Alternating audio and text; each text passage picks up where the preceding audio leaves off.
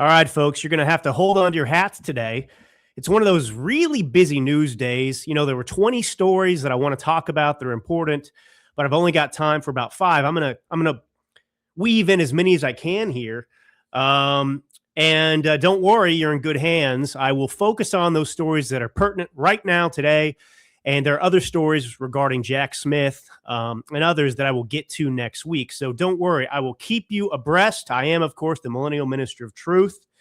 Now, first, I want to focus on this Davos, Switzerland, World Economic Forum meeting of the great minds that, was just underway. And I want to open by just saying this, an observation. Trump is just such a force of nature. He is the ultimate alpha male. It is unbelievable. I've never seen anything like it. This human being just dominates every space that he enters, and he absolutely dominated in Davos. And it was so refreshing to watch because what you had was a courageous America first representative in Trump and his administration who put the globalists in their place. You have to remember what the World Economic Forum is all about. Its existence is to promote globalist ideals. And globalism is anti-American. It is an underlying belief. I mean, it's global socialism is what globalism really comes down to. It is about redistributing the wealth and the innovation from the United States of America and Americans to the rest of the world. And the effect of that is to hurt America and bring us down a peg or 2 or 10, and to uplift other nations that are going to exploit us. And Gavin Newsom, I think his presidential ambitions ended in Davos personally. Some people don't like that. They really want to make sure he's the nominee because they think that he's the easiest guy to beat, and that may very well be true. But he humiliated himself. And he did it to himself. I've got some clips I want to play that. But first, I just want to play Donald Trump, one of my favorite clips of the president from Davos, which just, you've got to celebrate. I love this man. Listen to this. To embrace the possibilities of tomorrow, we must reject the perennial prophets of doom and their predictions of the apocalypse. They are the heirs of yesterday's foolish fortune tellers, and I have them, and you have them, and we all have them. And they want to see us do badly, but we don't let that happen. They predicted an overpopulation crisis in the 1960s, mass starvation in the 70s, and an end of oil in the 1990s. These alarmists always demand the same thing: absolute power to dominate, transform, and control every aspect of our lives. We will never let radical socialists destroy our economy, wreck our country, or eradicate our liberty. America will always be the proud, strong, and unyielding bastion of freedom.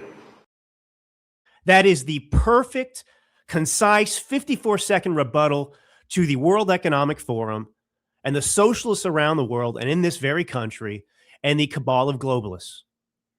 They are batting 0 for 1,000 on their predictions, and they used, these so-called energy crises. They used, the climate prediction, the climate hoax, and all of it was about taking power, undermining the citizen, and making us subservient to the government. It was about government control of our lives.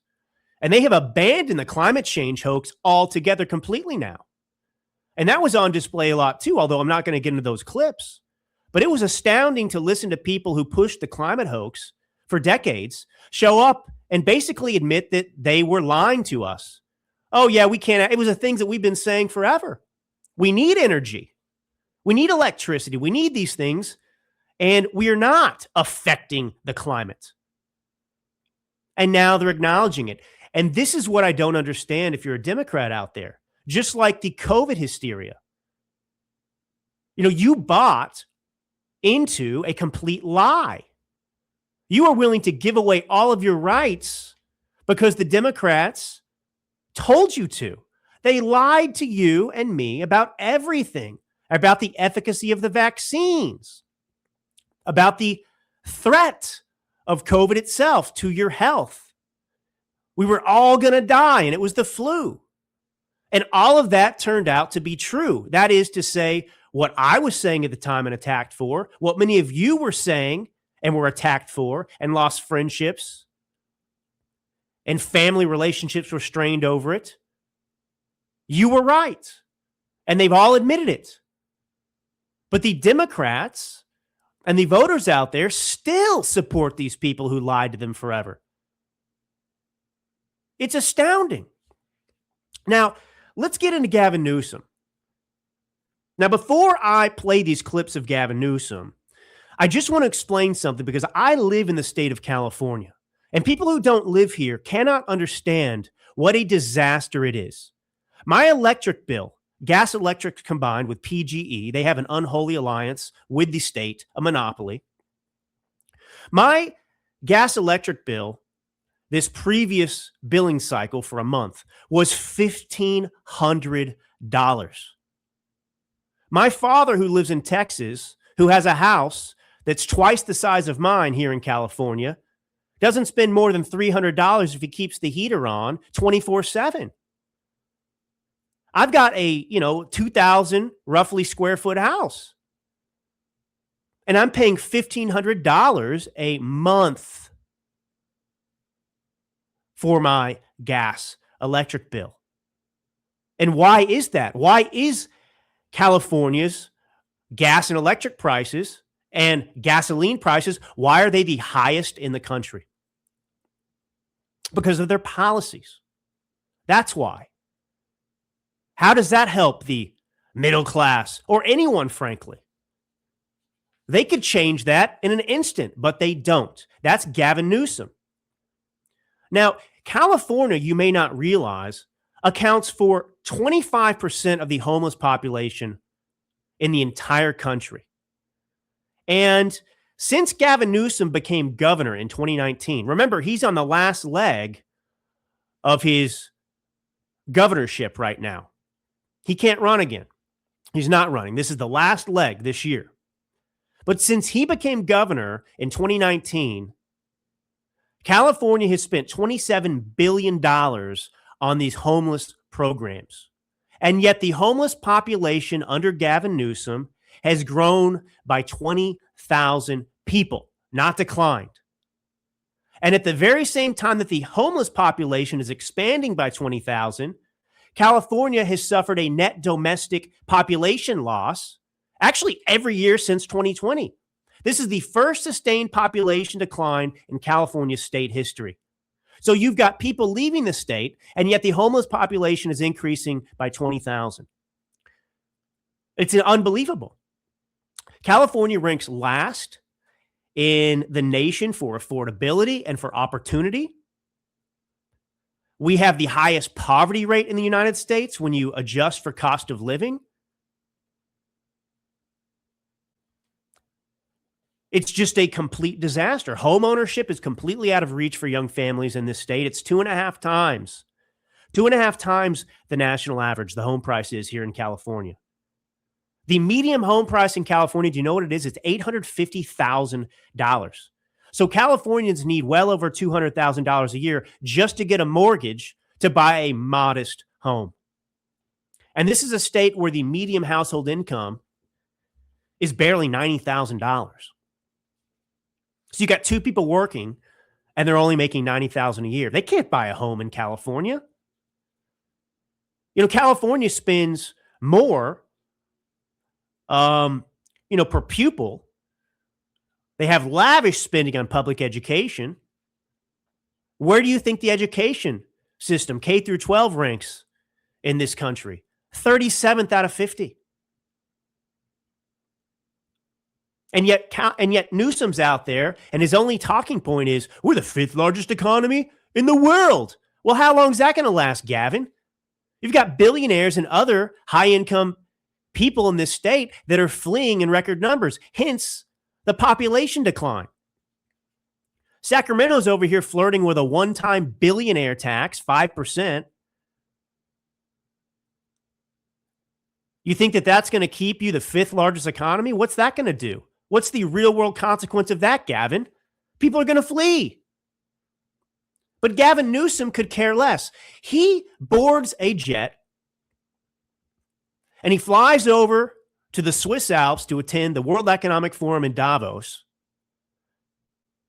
while this state is in the disrepair that it's currently in. He takes a pause from his lucrative podcasting career while he's governor, and he goes over to Davos and lectures about how terrible Trump is. And what was amazing is, while this is happening, while Gavin Newsom is spitting his, basically all Gavin Newsom did was he took his little routine he's been practicing here and he delivered it for a foreign audience. He had his legs crossed like he's got a vagina. He had his hand gestures, his anger in his voice. All of that was present. It was the same thing. But he did it before a bunch of socialists that are going to agree with him, at least as it pertains to, the cabal of European elites. But I do want to play a few of these clips from him, and then I want to address them because it's over for Gavin Newsom. Let's start with this one. Do you think that your party went too far or that you went too far? And I think, for instance, in extending Medi-Cal to the California healthcare program to undocumented immigrants. Like, do you... Well, two different I guess questions. on the big picture and the small picture, do you feel like you went too far? Two different questions. Do I believe in universal health care? Yes, regardless of pre-existing conditions, ability to pay, and your status. I campaigned on that, and we delivered on that. And I'm proud of that. We're one of 16 states to provide care to people regardless of their immigration status. Okay. You've had Democrats and their propagandists in the media insisting that it was not true that illegals were getting Medicaid. That is to say, taxpayer-funded health care. They've insisted that that's not a real thing. And here at the World Economic Forum, it's delicious. You have Gavin Newsom bragging about the fact that he's one of 16 states, Democrat states, that gives illegals health care. So he's admitting it. Now let's play another clip. It's a remarkable thing to break down 80-plus years of alliances. It takes decades and decades to build trust in organizations, the architecture of that. It takes weeks, tweets, hours, minutes sometimes to destroy it. Destruction is not strength. The Trump administration is weakness masquerading as strength. And people need to understand that. This guy should look in the mirror. This guy, Gavin Newsom, who I just gave you all the statistics, who has single-handedly destroyed what was once the most prosperous state in the entire country, the golden state of California, he's over there and has the audacity to accuse Donald Trump of destroying anything. And now he's focused there on the NATO relationship. And it's fundamentally not true. Prior to Trump, most NATO allies, they couldn't even meet the 2% defense spending benchmark. They couldn't even meet the 2%. Trump came in and said, no, you're going to meet your obligations. And what happened? Defense spending surged by billions of dollars. And as a matter of fact, many of these NATO allies have since agreed to contribute to spending levels that are around 5% of their GDP. So how exactly does Gavin Newsom arrive at the conclusion that Donald Trump has destroyed NATO by getting them to contribute billions more? Huh?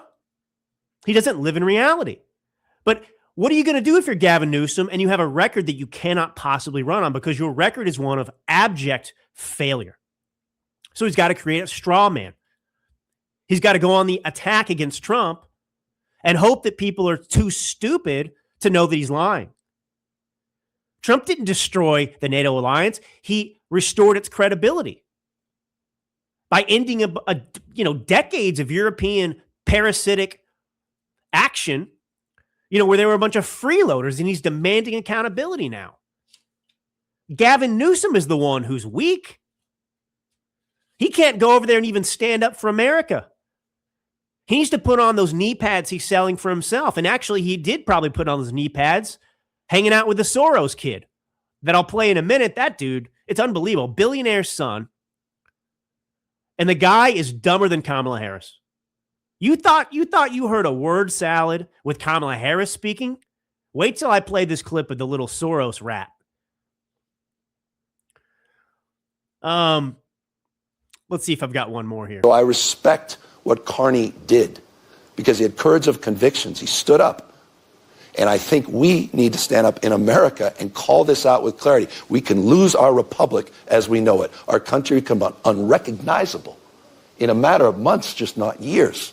It is code red, blinking red in the United States of America. So forgive me, I feel this with passion, some indignancy, as someone frankly has taken it for granted all of these years. And it's why I came here to Davos to call it out. And so, yeah, he goes to Davos to attack America and rip Trump. And this is what's so astounding. You know, these people deeply hate America. Even if you have disagreements with Trump and we've got a two-party system and it's always heated and everything else, you're still an American. And the idea that these American politicians that are Democrats not only feel comfortable, but are eager to go on the world stage and bash America in front of a European audience shows how deep their betrayal runs. You just don't do that. You don't go to Europe and trash your country, no matter who the president is. And there he's commending Carney, the PM or president, whatever he is, of Canada, who just came out recently. And it was an expression of something that's been boiling there beneath the surface for a long time. But he basically said he's going to cozy up to the Chinese, which they've already been doing, but he said it very publicly. China is our enemy, and China, frankly, is the world's enemy. And the other thing that's amazing is you don't hear these globalists ever say an ill word about China. They're over there trashing America, trashing Trump, calling him a fascist, you know, saying democracy's in peril because of Trump, all of these things. It's a dictatorship, whatever. Meanwhile, you have an actual dictatorship in China who puts millions of Muslims in work camps and prisons, who disappears people on a daily basis if they simply speak out against the government, the communist regime. That's a dictatorship, but these people are going to embrace China and sit here and bash America. What does that tell you about these people? It tells you that they are loyal to these dictatorships. Their whole Trump's a fascist, we have fascism at home, it's a shtick. They don't believe it. They know it's not true. But they seek to benefit from their relationship with China because they're corrupt. And I'm sorry, your opinions about Donald Trump and his administration and America right now are rendered completely null and void if you won't even speak close to that about an actual communist dictatorship in the form of China. You have no room to speak, and there's no reason we should even listen to your opinion. It is rendered invalid.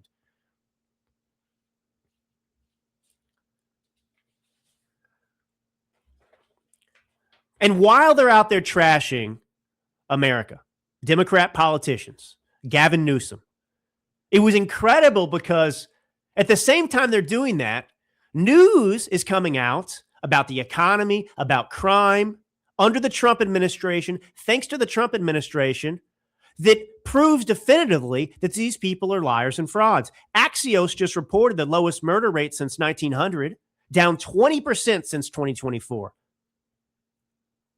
The lowest murder rate since 1900. That's pretty good. Now, Axios didn't give Trump any credit, obviously. They just reported on it like it just happened magically. And at the same time, we got news that the U.S. economy outperformed forecasts. They revised the economic numbers upwards to 4.4%. Now, I remember I was living in New York City, I think, at the time. This was 2010. And remember, we were just trying to come out of the Great Recession. Things were very, very bleak. I had just come out of college. And thankfully, at the time, I was pursuing a career as an actor in Manhattan because my job prospects were already bleak. So it didn't do much to me mentally because I already knew I was in for a hard time. But President Obama told Americans in 2010 that Americans should accept that the new normal for GDP growth was 2%. And Donald Trump doubled it and then some, 4.4%. Listen to this clip. I want to add that we economists were horribly wrong on the strength of the economy, especially in the second half of 2025. You know, many were looking for growth no faster than 1.5%. You point out 4.3% growth in the third quarter. We want to also consider the fact that real consumer spending at 3.5% was far better than what you would expect. I mean, it's good news in the real world almost everywhere you look, except where Democrats have control. And Gavin Newsom's one of those people that has vowed to Trump-proof his state. What is Trump-proofing your state? Who would want to Trump-proof your state? That is synonymous with sabotaging a state's success. That means insulating California from falling crime, from rising wages and energy abundance and border enforcement and economic growth. That's what Trump-proofing a state means. He's going to run on that. Why do these Democrat politicians, ask yourself this question, amidst all this good news, and it's objectively good news, you can't debate it because it's statistical. Why would Democrats not want every American to live under that sort of prosperity? Why would they want to shield you from opportunity? Why would they want to look at these statistics about falling crime and say, no, no, no, no, no. We want you to experience life with increasing crime. The economy's improving. No, we're going to Trump-proof it. You're not going to have access to that. We're going to make it harder for you. Why would they do that? I'll tell you why. Because their entire shtick since 2016 has been a complete and utter lie. In fact, the entire belief system of the left and all of their policies are built on lies. The Democrat Party, a socialist party, they can only invite ruin upon your home. And everywhere they go and everywhere they implement their policies, like in California, where they only have Democrats doing everything, you get the statistics I gave you. Dead last in the country, almost everywhere you look. And they don't want Americans to equate their policies and their ideology with those effects. So they need a boogeyman. Donald Trump's the reason for it, not me. Meanwhile, these Democrats are saying, we're going to actually protect you from the best effects of the Trump administration and policies.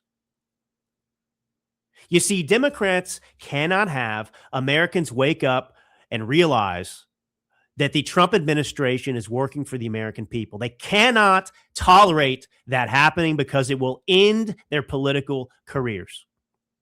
That's why they do this. That's why they're fighting so hard against ICE to villainize and demonize and dehumanize them rather than the illegal criminals who are here. They need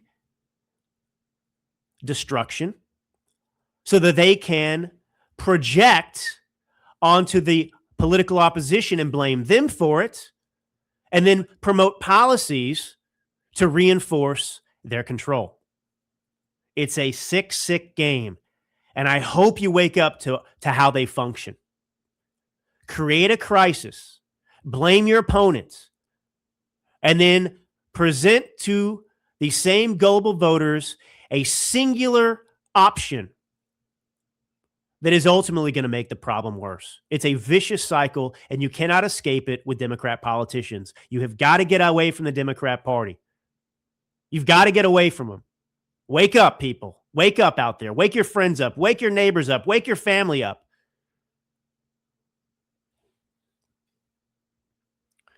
So that's what happened at Davos. I want to play one more clip because it's just funny. Scott Bessent, I appreciate his sense of humor. Listen to him rip Gavin Newsom, Mr. I'm handing out knee pads and selling knee pads because, everyone's on their knees with Trump. Listen to this. I think Gavin Newsom may be cracking up with some of these things he's saying. I think he may be in over his hairdo. And being on the national stage is very different than being governor of California with no signature achievements. But to say strange things like President Trump is the Tyrannosaurus Rex, what the hell does that mean? I could say Gavin Newsom is a brontosaurus with a brain the size of a walnut. And if he brought the knee pads, maybe that was for his meeting with Alex Soros. I don't know. There you have it. Look, I will save making fun of little Alex Soros for the end of the show. We got a crank here because I got some stuff I want to get through, right? I want to talk about this latest Democrat hoax against ICE, and I'll do that in just a second, okay? What do 3 billionaires, 4 major banks, and a legendary 72-year-old investor all have in common? They're all making the same shocking prediction. Gold is headed for $10,000 or more.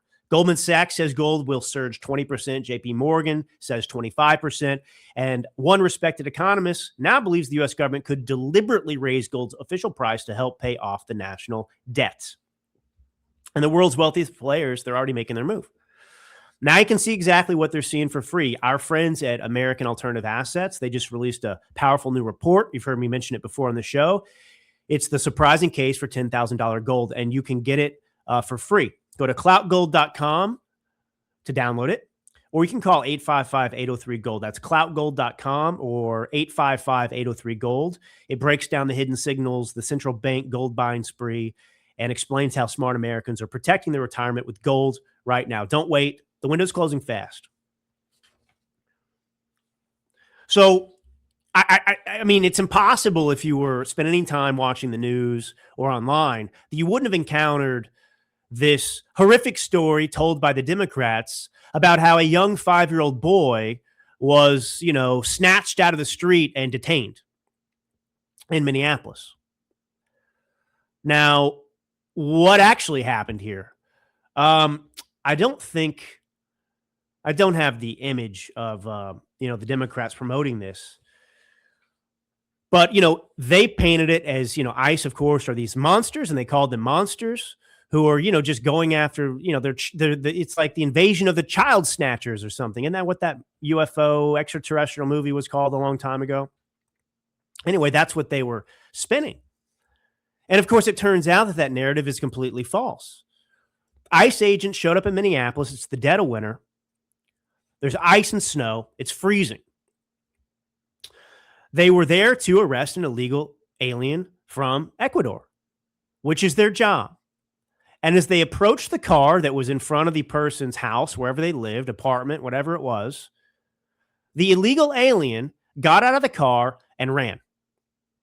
In other words, he abandoned his 5-year-old son in the car.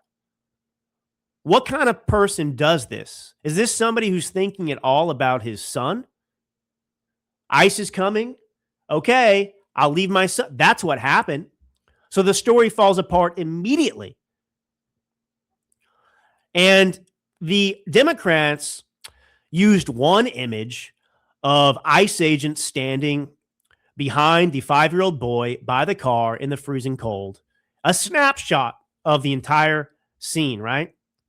And they point to that, I guess. I don't know what they're trying to do.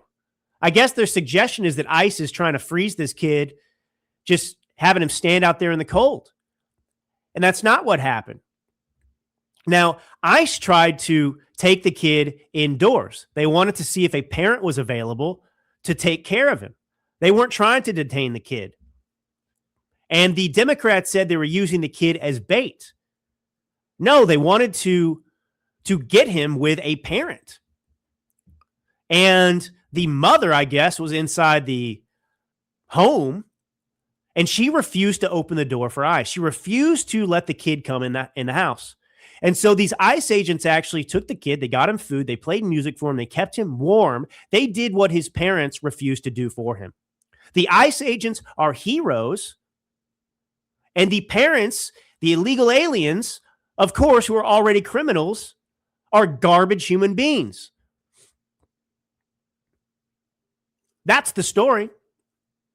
But the left has to invert reality, invert morality again, because they are on a crusade to sell this narrative for a political policy objective to get rid of ICE because they need illegals to stay in this country. They need crime. Remember this, folks. If you take nothing else from this show, remember this. The lifeblood of the Democrat Party is disaster. Without disaster, they have nothing to run on. And this is why if Trump can be successful, the Democrat Party is done because they won't have anything to do anymore. But that's their entire agenda. So anyway, that's what happened there. I want you to listen to Eric Swalwell here, though. He was on CNN. He's not a bright person, obviously. He looks like he's the product. He's inbred. That's what he looks like to me, as I've said on the show before. Inbred Eric. But listen to him talk about ICE and what he would do as governor of California. What I've said as governor is I will use the powers of the office. If you're going to wear a mask as an ICE agent in your state, I will take away your driver's license. If you work for ICE, you will be unhirable in the state. If you're going to work for fascists, forget about working in the state. So we are not weak. We have to go on offense. Otherwise, the most vulnerable in our communities are on defense. And I urge every governor to start protecting their people in their state that way.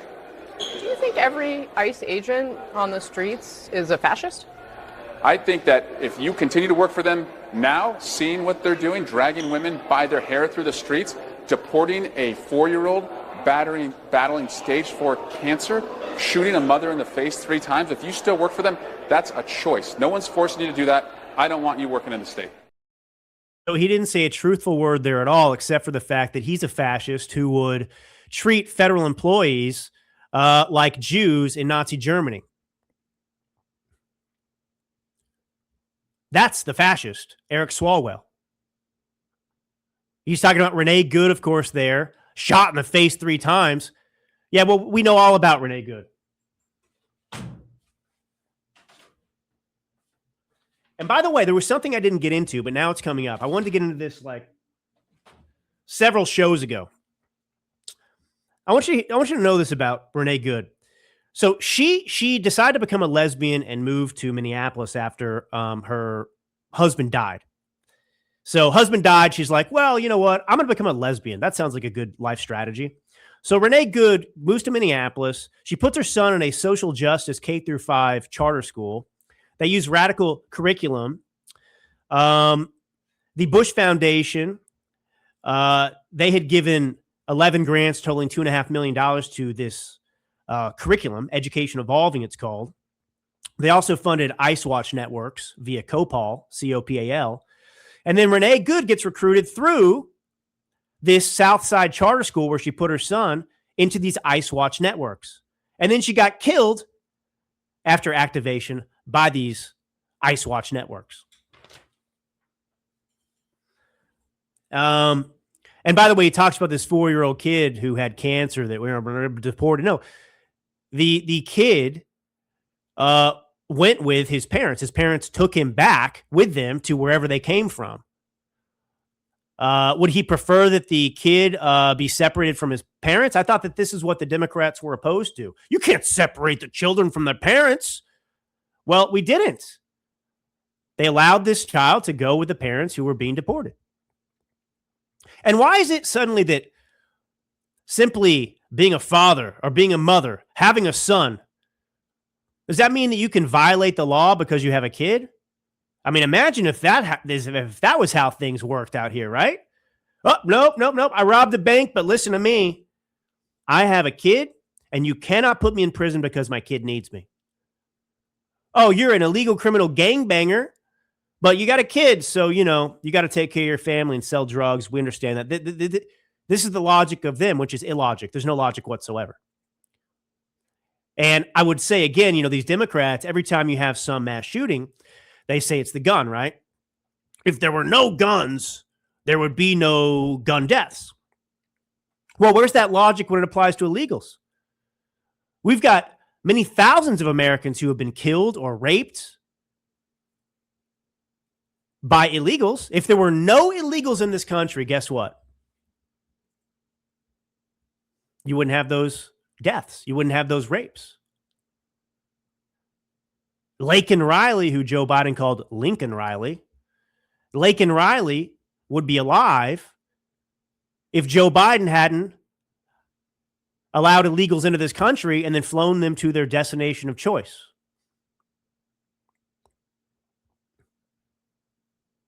Kate Steinle, remember her? Who was killed on the pier in San Francisco by an illegal? She would still be alive, and a father and mother would still have their beautiful daughter if there weren't illegals here. So you know what? If it saves one life, right? Got to get rid of all the illegals. Got to get rid of all the illegals. All right. You know, this may be unpopular with some of you, but obviously I don't care. I'm not a fan of Thomas Massie, never have been. I think that he's a fraud, a grandstander, and he's condescending and arrogant, and I'm just not a fan. But I want to lay out for you, you know, if you say, Drew, you're awful, you know, Thomas Massie's the best thing that ever happened. He's the only true guy. You know, we love him like we love traitor Marjorie Taylor Greene. That's fine. Well, listen to me tell you this story. So Thomas Massie, this is actually written by Colin Anderson. This is actually from last year, October 16th, 2025. It's from the Washington Free Beacon. Now, Massie is very much, he likes to speak out against Israel. He doesn't like Israel. You know, and many people chalk that up to, you know, he's really, truly America first. He doesn't, you know, want Jews to do X, Y, Z.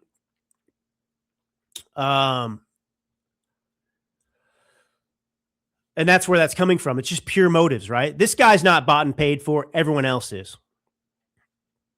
Well, let me just read some of this to you.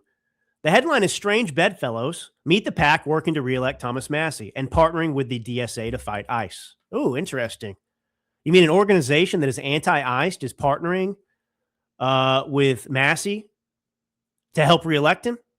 Interesting story, huh? So remember, this is October 16th, 2025. The embattled Kentucky congressman traveled to Pennsylvania to meet with IPAC around the time its founder wrote his campaign a check. Earlier this year in June, so this would be last June, Integrity Political Action Committee announced a new coalition with the Democratic Socialists of America aimed at fighting ICE's crackdown on immigration violations. 2 months later, an unlikely figure traveled to the area to meet with IPAC's leaders, Representative Thomas Massie, the man who describes himself as Kentucky's most conservative congressman. My, why would Thomas Massie take a meeting with a political action committee that has announced a coalition with the Democrat Socialists of America that are aimed at fighting ICE? I thought that Massie supported deportation because he's a libertarian, America first. Here's a social media post that I'm referring to.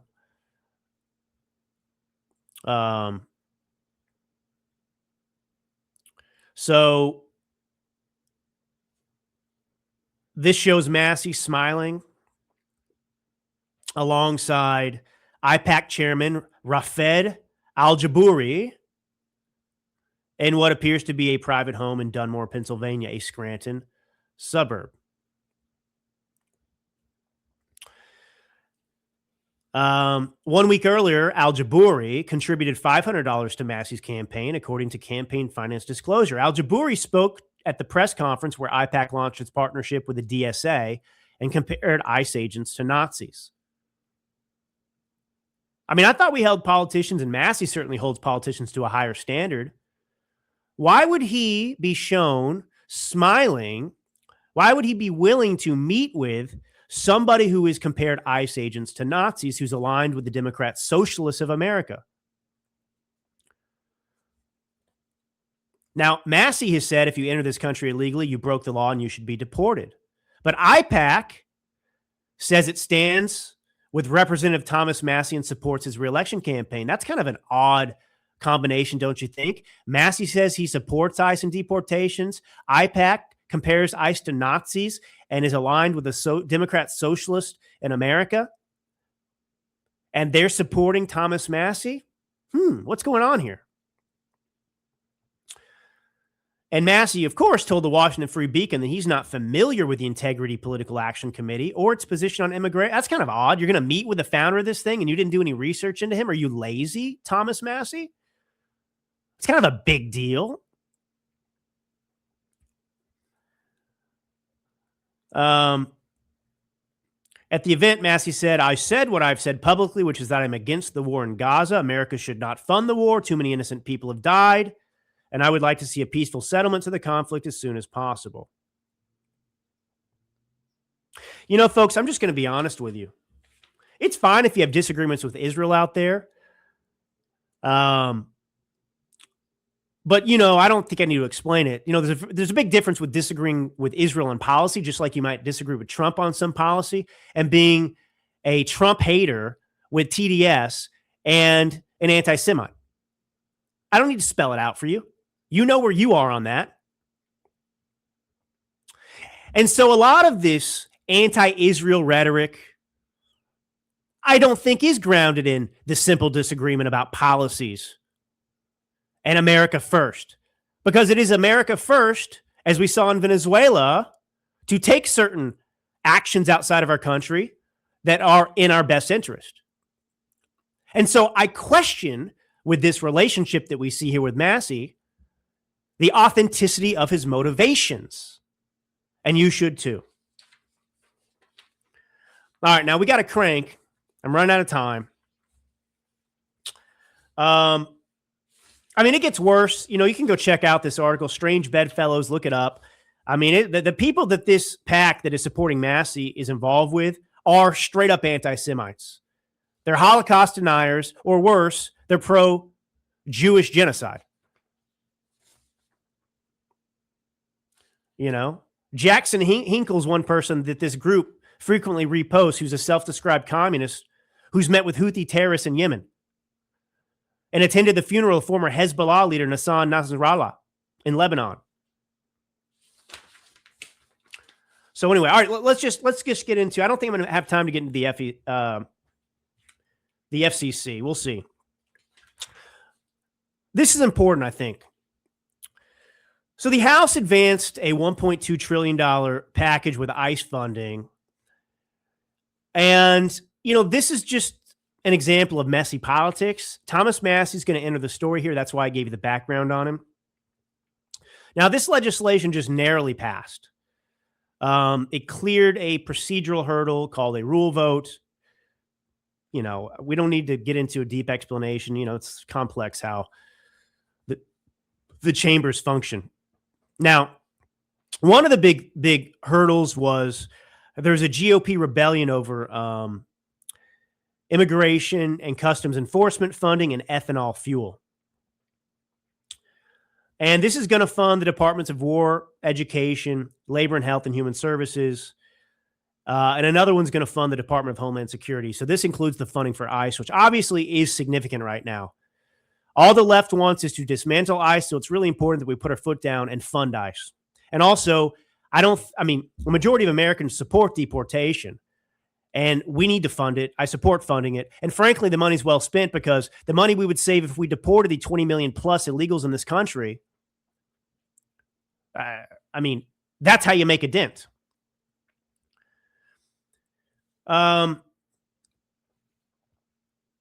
So one of the contentions with this bill, like I said, it passed. But one of the problems was Midwestern Republicans, they threatened to sink the rule vote if the spending bills didn't include a provision allowing a year-round sales of ethanol fuel called E15. Now, I hate ethanol. This needs to be taken out of the cars. This has been in place for too long. But the problem is you've got entire groups now and lobbyists, you know, who want this because they make money off of it, right? Ethanol comes from corn. We're not eating all the corn. It's going into ethanol, which isn't useful. And frankly, it's counterproductive to our vehicles. So I hate this. But am I going to sink? So anyway, these people fought to get, year-round sales of ethanol fuel. I don't like it, but I'm a political realist, and it's about ultimately moving the ball forward. And so whatever, that's what they fought about, and they got it in the bill. Now, there was another issue. Now, Democrats weren't going to support this unless, that they wanted ICE to be required to wear body cams and to undergo additional training about interaction with the public. So Republicans said, okay, we'll do that. All right. I mean, you've got to compromise. We have a slim majority. We don't have an option. So that's a very, very minimal concession to make to Democrats, I think. Now, here's what was contentious for a lot of people. And this is where I think a lot of you will be conflicted and fired up. 57 Republicans voted with the vast majority of Democrats on Thursday to keep a Biden-era mandate enabling government remote control of vehicles, drawing backlash. Massie put forward an amendment to counter language under current law that requires the development of the kill switch technology. Now, yes, I agree this is Orwellian. I agree it's outrageous that the government could have the possibility of accessing your vehicle to turn it off.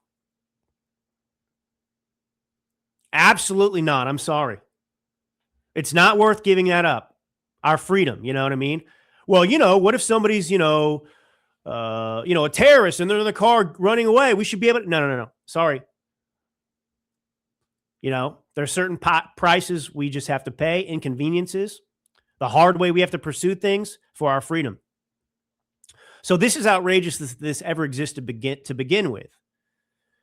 So this switch would passively monitor the performance of a driver of a motor vehicle and prevent or limit motor vehicle operation if impairment is detected. So it's about DUIs, drunk drivers, allegedly, right?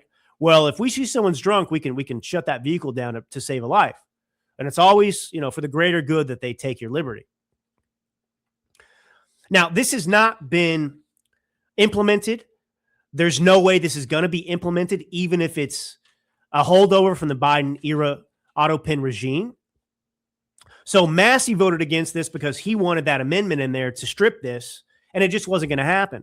And this is where you have to be a realist. My problem with Massie is that he isn't a realist.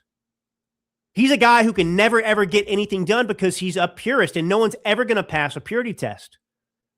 You cannot get anything done when you're unwilling to make any concessions anywhere. But you can still win despite being a realist. So let me give you an example. Massie could vote for this despite this kill switch not being taken out now because he knows that the Trump administration is not going to activate it. And there are still other bills that can be passed in the future. This was about one thing only, and it was about funding ICE. It was about funding ICE. And funding ICE is more important right now than getting rid of this kill switch language. It's not developed yet. And it could only happen if Democrats were in office. And they're not right now. Trump's still in there for another 3 years. So this is the thing with Massie. He claims to be this brilliant, intelligent person, but he's stupid. Can you not prioritize? So if Massie doesn't get 100% of what he wants all the time, he's going to vote against stuff. That's not leadership, folks. I'm sorry. That's not leadership. And so Thomas Massie is no different than the radical leftist ideologues who are destroying the Democrat Party, which I support wholeheartedly. But he's as radical as they are in his own way. Now, in this case, I agree with Massie. I don't like this switch. I think it is Orwellian. DeSantis spoke out about it. But what's more important right now? Funding ICE or dealing with this now? This is the thing. This guy can't prioritize. He can't think clearly. And I don't like Massie for that reason. Now, it's going to get in the FEC. Let me just give you like a 90-second summary about this FCC, Federal Communications Commission. Now, this goes back to, look, we know that the media is just they're evil. They're evil. They are propagandists for the Democrat Party, and all they do is tell lies every single day. Now, these broadcasters, there is regulatory guidance that already exists, but Brendan Carr is finally taking the fight to these people. Now, look, the Democrats' rhetoric is getting people killed. I wrote about it in my book, For Christ and Country, The Martyrdom of Charlie Kirk. They dehumanize us. And that combined with the fact that they are radicalizing amoral people in this country with an ideology that makes themselves God, that answers to no transcendent power, that believes that the ends justifies the means, that can create a scenario in this very country where leftists are celebrating the assassination of Charlie Kirk, a husband and father and a decent human being, a leader of the conservative movement. The left is doing that. They're responsible for that. And they don't change their rhetoric. And that's why it's important that we address that issue. And it's in my book. And I wrote that book to give fuel to what Brendan Carr is suggesting now. So get this book, read this book, share this book. Brendan Carr is right. And I wrote about Brendan Carr in my book. And I wanted him to do this very thing. Brendan Carr did not read this book. And he's not doing it because of me. But he is directing broadcast stations to ensure that political candidates are given equal opportunities on programs such as morning shows and late night comedy. So, there's this long-standing assumption that these shows automatically qualify as these bona fide news programs. They're not. And he has the authority to do this. And we can't fear how the left is going to abuse power. This isn't abuse of power. These are desperate times. We know what the left's going to do if they win. You can't live your life and make your decisions strategically based on fear that the left. We know what the left is already playing in a different world. They don't have any restrictions. So the FCC simply reminded them of their obligation to provide all candidates with equal opportunities. So he cited The View as an example of a show that could face scrutiny. And conservative attorney Daniel Sewer, who heads the Center for American Rights and has supported Carr's agenda, praised the move, said it could apply broadly to late night television. I mean, Jimmy Kimmel used his show to go out after Charlie Kirk's assassination and claim that a MAGA person shot Charlie Kirk. You can't do that. And if you look at the FCC guidelines, or just read my book and I'll explain it in there, For Christ and Country, The Martyrdom of Charlie Kirk. There are existing guidelines, requirements that actually prohibit Jimmy Kimmel from doing what he did on that late night show. There was an ongoing investigation, and you cannot go out and tell falsehoods, and that's what he did. But obviously, there's resistance because the First Amendment and the purity test, and we don't want to go down this road, but we've got to go down some different roads right now to save the country. So anyway, this is what's going on with the FCC. Now, let's just finish up by having a good old-fashioned laugh at Alex Soros, who thinks that the size of his glasses is somehow directly related to his intelligence. Listen to him. I don't think that's the fundamental. I don't think the technology is the fundamental issue in democracy. Democracy is messy. I mean, democracy is about contestation of ideas. It's about plurality. It's about people having different truths, actually. Now, fundamentally, how society lives together civically in those contestations is obviously quite tricky. But I think that if we play to it's obviously quite it's this thing that it's a tricky policy. Civics goes together like mishmash and mashed potatoes and steak, and if you combine the technical stuff, you understand what exactly. This is one of the stupidest people I've ever heard speak in my life, and this is what I'm talking about. These spoiled little elitists. This guy naturally was born with a low IQ. It's probably not his fault that he's this stupid. I'm sure he got the best education that his billionaire, Jew-hating, pro-Nazi, who turned in Jews could get. But this is what you have. Spoiled little brat, billionaire, never earned anything, who doesn't have a coherent thought coursing through his veins and brain. And that's how he speaks. And these are the people that are plotting behind the scenes to destroy your country and your life. That kid right there. I want you to think hard about that. That guy you just heard, he has more power than almost any human being in this country. That little puke. And you can apply that to most of your politicians out there. Look at Joe Biden. Look at the people that were running this country. The people that are still running this country in some ways. That's who's doing it. Does that make you feel good? Honestly, that should encourage you. Encourage you, because you are being ruled by your inferiors most of the time. So you should get involved and do some stuff. You should get involved in politics. You should put your hat in the ring. You should seek out ways to advance our pro-American liberty agenda.